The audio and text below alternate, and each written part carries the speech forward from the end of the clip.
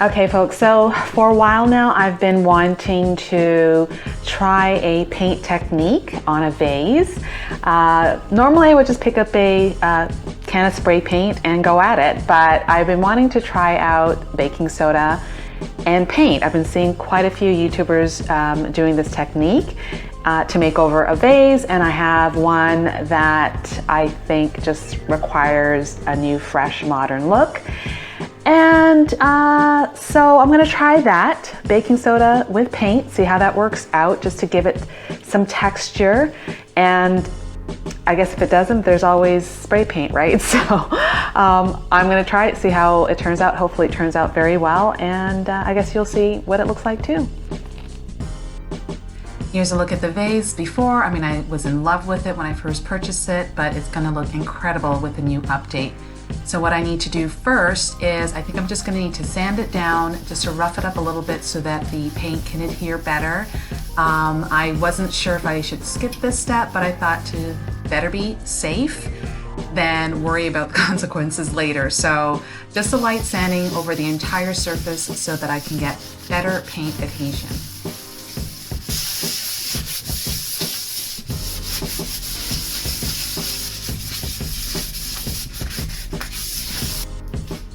Now that part's done, I just need to wipe off the excess dust from the sanding with a clean cloth, just to make sure my surface is pretty much spotless before I apply the paint.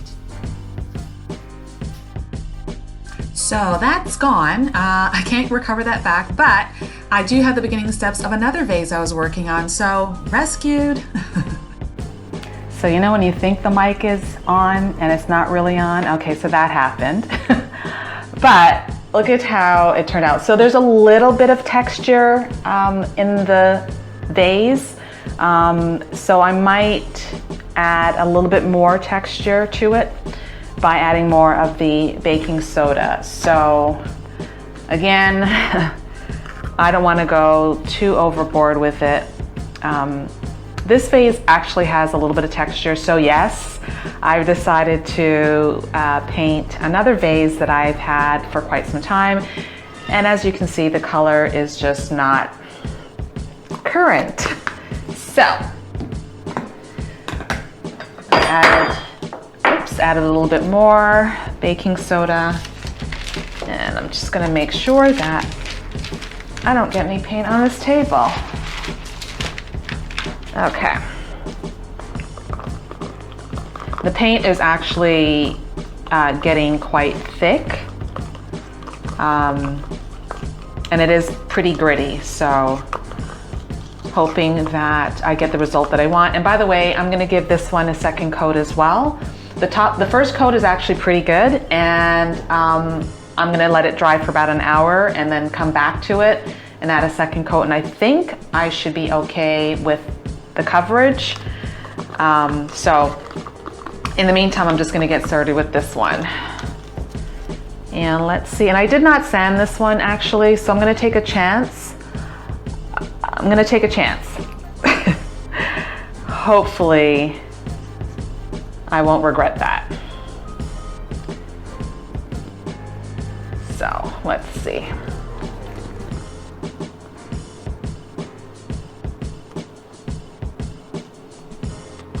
All right.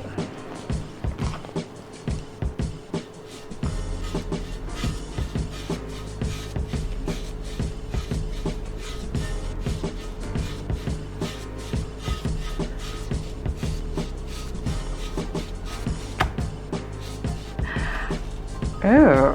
If I loved this color, I probably would have kept it two-tone, but I'm no longer in love. I've had this for a long time, and it currently matches my basement color. Yeah, I said it. It matches my basement color. So the basement, as you know, will eventually get a fresh coat of paint. So, but maybe there's another project where I'll make a two-tone vase or something like that. Maybe even a lamp. Okay, yes.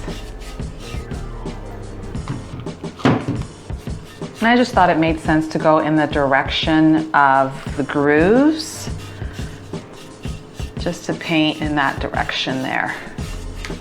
Okay, so as you can see, this one's actually pretty good. Yeah, so definitely a second coat will make it more bright and fully covered.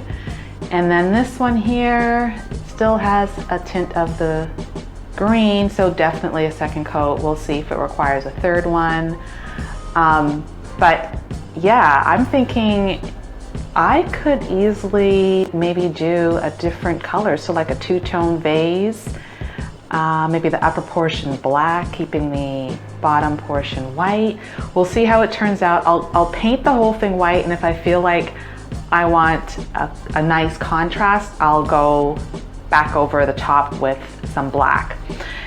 So I know that I have to go back and paint some more, so that little cup has been sealed off with some saran wrap at the top to prevent the paint from drying out. So I'm just gonna rinse off my brush so that the paint doesn't dry on the brush, and then I'll come back to this in about an hour's time.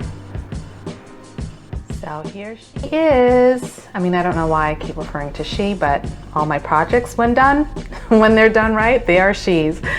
I love how this turned out. Just a little bit of texture with the baking soda. I mean, I really didn't need to do much more to this vase. I mean, I love how it already looks with, I mean, it looks kind of like crochet, right? And this is kind of why I chose the vase to begin with. But this fresh update with the white just looks so much nicer and fresher and modern, and it was so super simple. Guys, paint and a little bit of baking soda. The texture really feels more pottery like. So that's what the texture of the baking soda gives us. It kind of has like a pottery feel to it.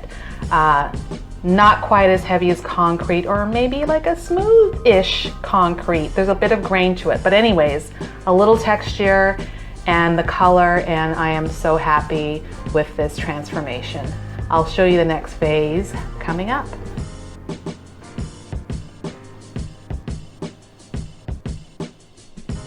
So here's the other one that had that apple green color, completely out of date. So honestly, with this fresh coat of paint, again, a little bit of the texture added in here. It already had some texture before, but I am so happy with the way everything turned out.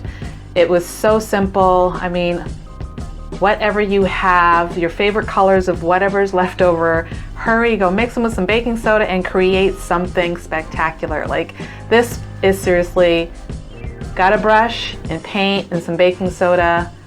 This is what you get. And man, I'm telling you, this couldn't be any easier to apply, and the results are just, I'm so happy. Can you tell? I'm so super happy with this. This is just great.